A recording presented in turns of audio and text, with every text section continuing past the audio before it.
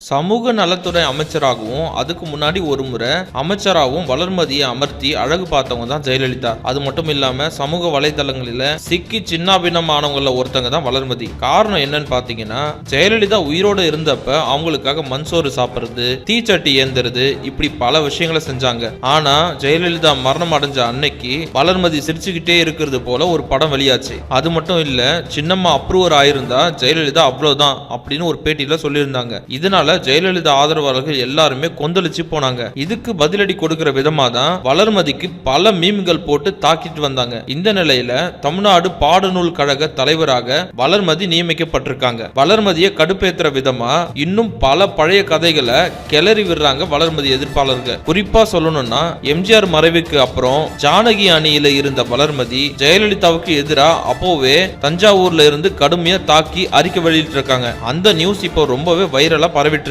அதை இப்போ வெளியிட்டு பரபரப்பை கிளப்பிட்டு இருக்காங்க நெட்டிசன்கள். வளர்மதி அந்த அறிக்கையில என்ன சொல்லியிருக்காங்க அப்படின்னு பாத்தீங்கன்னா, தஞ்சையில் சூலாயுதத்தை பெற்றுக்கொண்டதும் ஜெயலலிதா தன்னை பத்திரகாளியாக கருதி கொண்டு நரபலிக்கு ஆட்களை தேடிக் கொண்டிருக்கிறார். அம்மையாரை போல சினிமாவில் செல்லா காசு ஆனவுடன் அரசியலுக்கு வந்தவள் அல்ல நான். அம்மா என்று சொல்ல தெரிந்த பிறகு நான் சொல்லிய வார்த்தைகளே அண்ணாவும் எம்ஜிஆரும் தான். மாக்கியவல்லிக்கும் சாணக்கியனுக்கும் அரசியலை சொல்லித்தர புறப்பட்டிருக்கும் போயஸ் கார்டன் அம்மையாரை அன்போடு அரை கூவி அழைக்கிறேன். என்னை விட எல்லாம் தெரிந்த அம்மையார் என்னோடு ஒரே மேடையில் அரசியல் பேச தயாரா?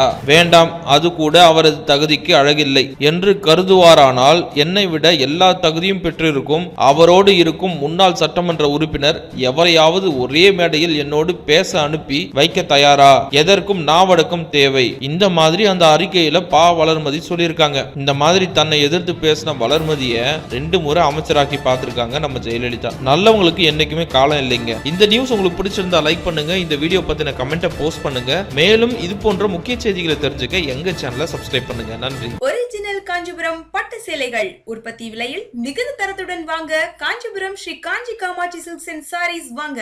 தொடர்புக்கு 9710693492.